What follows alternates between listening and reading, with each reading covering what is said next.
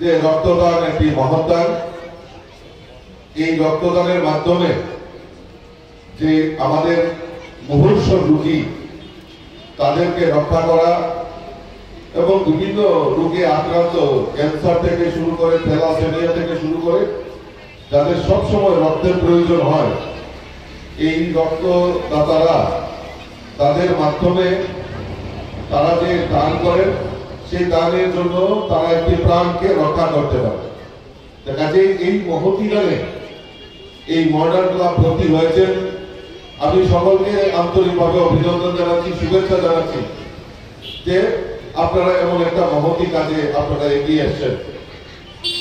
আমরা জানি যে আমাদের এই রাজ্যে সরকার এবং আমাদের রাজ্যের মাননীয় মুখ্যমন্ত্রী প্রফেসর ডক্টর মানিক সাহাজি, উনি নিজে একজন ডাক্তার হওয়াতে আমাদের রাজ্যবাসীর একটা সুফল আমরা পাই এবং ইদানিং কালে আমাদের এই রাজ্যে এই চিকিৎসা পরিষেবাকে আরো উন্নত করার লক্ষ্যে আমাদের মাননীয় মুখ্যমন্ত্রী সদা প্রচেষ্টা করে চলছে এবং আজকে আমরা গর্বিত যে ত্রিপুরা রাজ্যে কিডনি ট্রান্সপ্লান্টেশন থেকে শুরু করে আরো জটিল চিকিৎসারও ব্যবস্থা আমাদের এই ত্রিপুরা রাজ্যে সম্ভব হয়ে উঠেছে, যা আমাদের এই ত্রিপুরা রাজ্যে যারা সাধারণ মানুষ, গরিব মানুষ,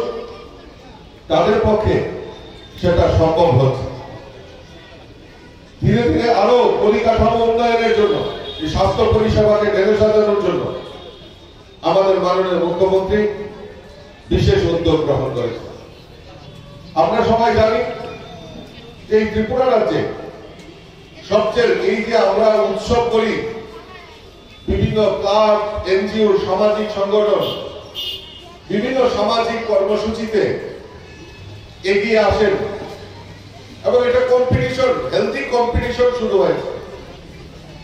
আগে আমরা দেখতাম ক্লাবের সংস্কৃতিতে কার কাছে কত মাসুল পাওয়ার আছে, কার কাছে কত অস্ত্র শস্ত্র আছে এবং এই ক্লাবে ক্লাবে দ্বন্দ্ব, যুদ্ধ আমরা দেখেছি।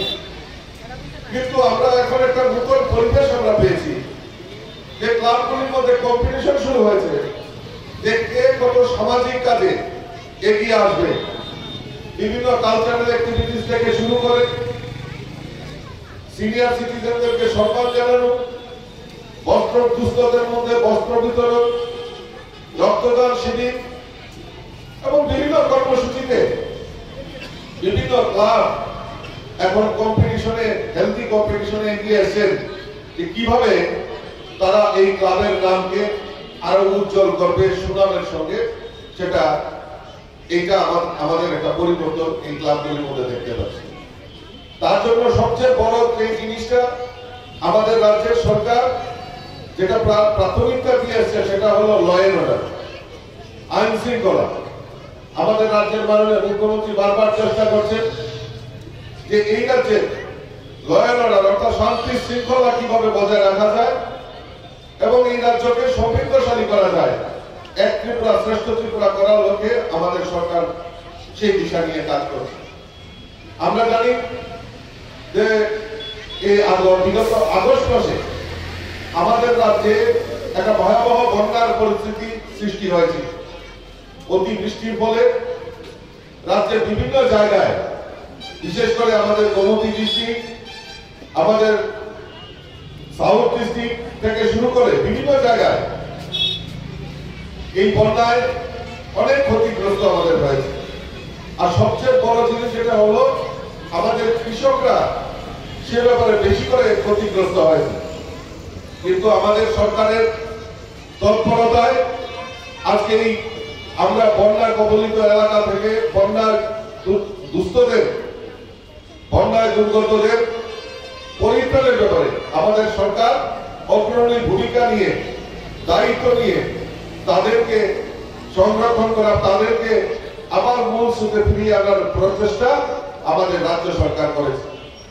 আপনারা জেনে খুশি হবেন এইবার শীতকালীন যে সবজি আমরা যেটা বলি, এত বৃষ্টির পরেও, এত ক্ষয়ক্ষতির পরেও আমাদের রাজ্যের সরকার এই কৃষকদের পাশে দাঁড়িয়ে কৃষকদের যে সহযোগিতা করেছে, আজকে শীতকালীন সবজিতে আমাদের ত্রিপুরা রাজ্য স্বয়ং সম্পূর্ণ হয়েছে এবং কৃষকরা কয়েকটা লাভের মুখ দেখতে পেয়েছে, তারাও যাতে তাড়াতাড়ি সার্ভাইভ করতে পারে সেই প্রচেষ্টা আমাদের সরকার করেছে। যোগাযোগ ব্যবস্থাই হোক, চাহে আমাদের ল অ্যান্ড অর্ডারের ক্ষেত্রেই হোক, চাহে আমাদের স্বাস্থ্য পরিষেবাই হোক, সমস্ত ক্ষেত্রে এই ত্রিপুরা রাজ্যকে একটা মডেল রাজ্য হিসাবে আমাদের সরকার সেই দিশা নিয়ে আমাদের সরকার কাজ করছে। তৎসঙ্গে আমাদের দেশের যশস্বী প্রধানমন্ত্রী নরেন্দ্র মোদীজিও আমাদের উত্তর পূর্বাঞ্চলকে স্বাধীনতার পর থেকে যে ত্রিপুরা রাজ্য উপস্থিত ছিল, সেখানে আজকে মোদীজির নেতৃত্বে সরকার আমাদেরকে হাইওয়ে, রেলওয়ে, এয়ারওয়ে কানেক্টিভিটির মাধ্যমে আমাদের ত্রিপুরা রাজ্যকে সমৃদ্ধশালী করেছে।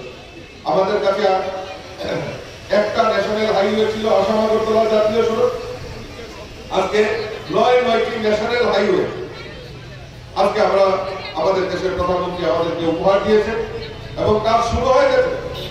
আগামী কিছুদিনের মধ্যে হয়তো আগামী বছর থেকে সেই রাস্তাগুলি ওপেন হয়ে যাবে।